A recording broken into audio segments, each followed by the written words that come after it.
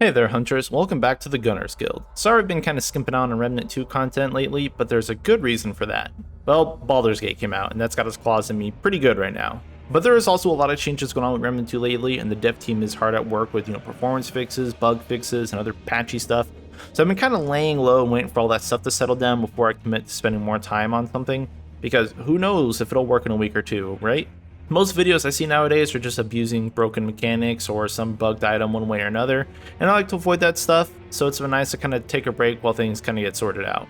But you're not here for my life story, that's fine, you're here for builds. And builds that work on Apocalypse, builds that don't revolve around bugs, and hopefully are future-proof, because they can only get better, right? Well, look no further. Adding on to my list of builds, today we're going to be talking about dots in Remnant 2. More dots, more dots. So to start with dots, it's important to know how they work and what you can do to maximize them. The first thing is that you probably do know by now that dots don't stack like they do in Remnant 1. There, you could take the same weapon and apply up to 3 stacks of a dot and then continue to refresh all the stacks so long as you reapplied it once before it fell off. It made dot builds pretty dang good because you could just get 3 stacks of bleed, burn, and 5 stacks of corrosion pretty reliably on a build. In Remnant 2, however, they do not stack, with themselves at least. So hotshot on a gun will only ever apply 1 stack of burning, and you can stack dots of different sources though. Like, if you had a hot shot on one weapon and firestorm on another, they would both apply a fire dot and would stack. However, you still have to upkeep those statuses individually. Applying a random fire won't refresh both stacks, so the more dots you throw, the more you have to upkeep. And it can get kinda hard to keep track of everything, to be honest. Next, we have to look at what dots are and how to scale them. Contrary to popular belief and to Remnant 1, dots are not scaled by mod power, even if they came from a mod. It's easy to look at. When you apply Archon archetype to a build, you won't see any damage increases from your statuses, just the direct mod damage itself. It's important to realize this because Archon is not the de facto best archetype for doing dot builds. Dots have 2 tags that I'm aware of, Elemental and Status, and there are a few niche items that say Element and Status damage. They exist, but all damage would cover your bases anyways. But outside of the direct damage scaling, dots have no actual way of increasing their damage output. Things like increased status duration are helpful, but they don't increase your actual DPS, you're just doing the same damage for a longer period of time, which again is helpful because it means you have more uptime and less chances of them falling off. But there is nothing in the game as far as letting dots crit, increasing dot multiplier like Path of Exile, nothing that makes dots tick faster or apply more stacks of dots, nothing. The only thing you can do is scale flat damage, and it's kind of a shame because dots themselves don't do much damage. So if you look at all the dots and stuff that apply burn or bleed or whatever, you can see they're pretty much all going to be doing about 100 to 200 damage per second, which is pretty bad in my opinion. So even if you have 100% increased status damage, you're probably only going to be doing about 2 to 250 damage per second per dot. So if you had 2 stacks of burn, 2 stacks of bleed, and 2 stacks of corrosion, it's only going to net you about 1500 damage per second, which is far, far from what other builds can pull off. That being said, dot builds are not trash. Everything that doesn't stack crits is just kind of behind right now. But even so, dots do work and the build is functional even on Apocalypse. I mean, as you can see from clips in the background, like I'm cruising. They do have their ups and downs though. And before we get into that, let's talk about the build in question so you can kind of see what's going on behind the wheel. Here's the general layout of the build, and let's start with our archetypes. As we covered previously, mod damage does not help our dots, so Archon and Summoner are kind of out. You're free to choose between Alchemist, Explorer, Medic, and Challenger. I opted out of Challenger because the range issue and because crits aren't going to help us either, nor any of its skills really do anything for us.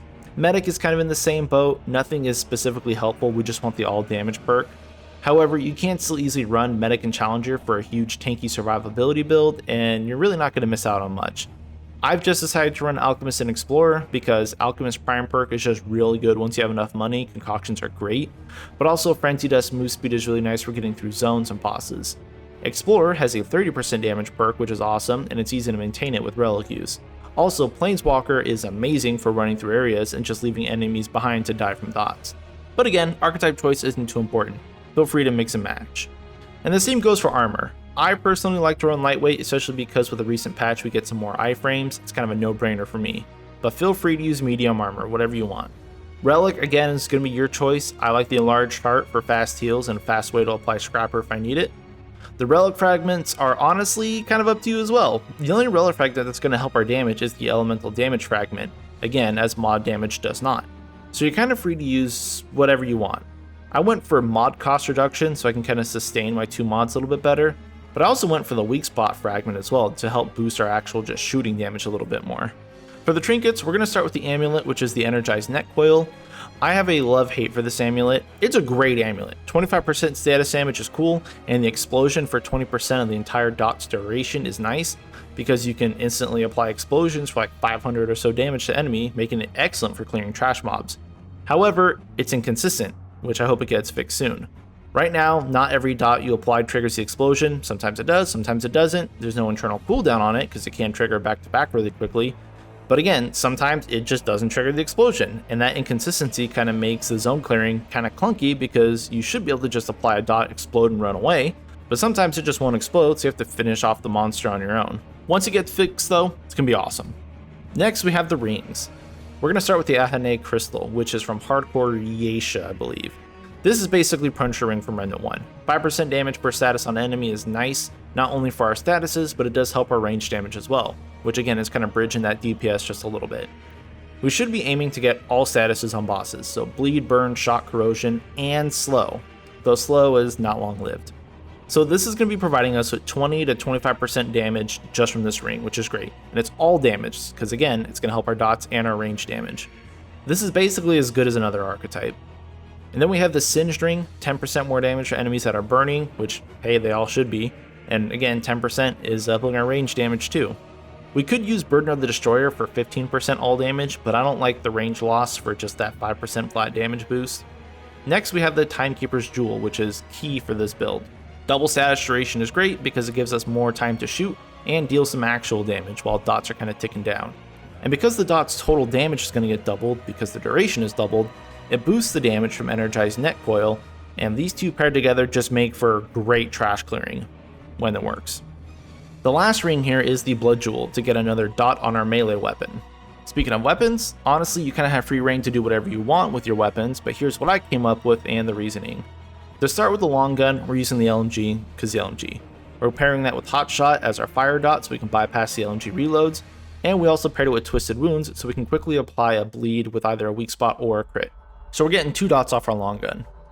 The handgun is Nebula, which is only providing us with corrosion, but also Swarm is a decent mod in this situation because it's also scaling off our generic all damage modifiers we have, as well as having the ability to do weak spot damage for our fragment, and we can just fire and forget it, meaning that we don't have to keep swapping back too often to use it, which just gives us more time to shoot our LMG.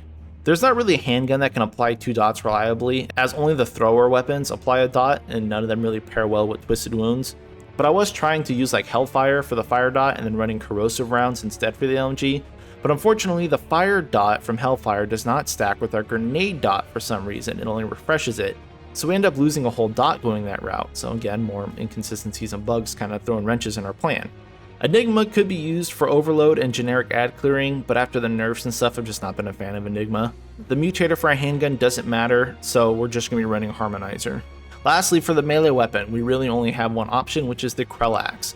We're using this to apply overload, but also the bleed from ranged. Smolder unfortunately doesn't scale its dot, and the Talratha Hammer charge attack is a bit too slow with no investment, plus I want to stay away from enemies. Don't forget to use Misfortune as your mutator for melee, as it will apply a 4-second slow on charge attacks, which we will be doing a lot of. 4-second slow isn't a lot on bosses, but it is enough to stop elites, and that's good enough for me.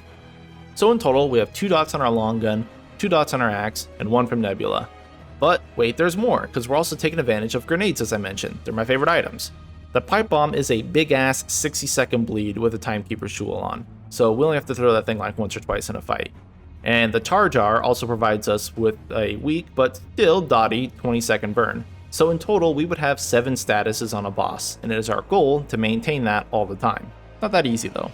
Now with the build components out of the way, let's talk about the performance of the build. I always like to make builds that can clear both maps efficiently as well as bosses without switching gear to boss or vice versa. I also don't like to abuse any bugs or broken mechanics as I mentioned. So with all that out of the way, how does the dot build actually perform? Not terrible, to be honest. It's hard to get good estimates of its DPS because target dummies can't be bled, so we're missing 3 dots from those, which affects all of our damage. But even so, we can get around 2 to 2.5k DPS, which isn't terrible as long as you're not comparing it to range builds. But you know, if you put on the 3 extra dots, we're probably gonna be close to 3k DPS, which is serviceable. It's not the worst thing around. The clear speed though would be one of the best if energized neck coil was consistently triggering. It's quite fun to just speed through zones, tapping everything here and there and just forgetting about them because you know they're gonna die. Elites aren't that much of an issue either when you get the slow from the Krellax, and when they explode on hit, oh, it just feels so good. Bossing, however, is the big issue. Typically bosses with usable weak spots, which is almost all of them, take a long time to kill with dots compared to any range build. It just falls behind. But fun factor always counts, right?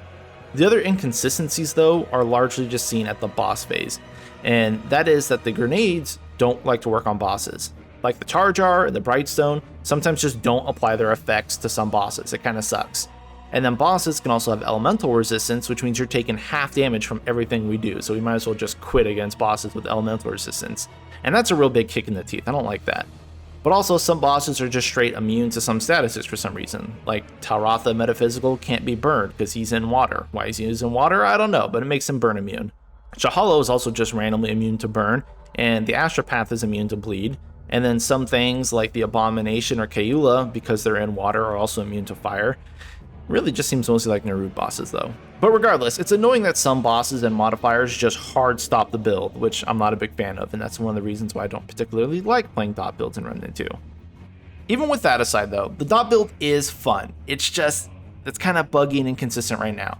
And honestly, it can only get better in the future with patches. So keep an eye on those patch notes. Hopefully we see some bug fixes, some inconsistency issues fixed, because dots were my favorite thing in Remnant 1, and I'd love to get that feeling back in Remnant 2.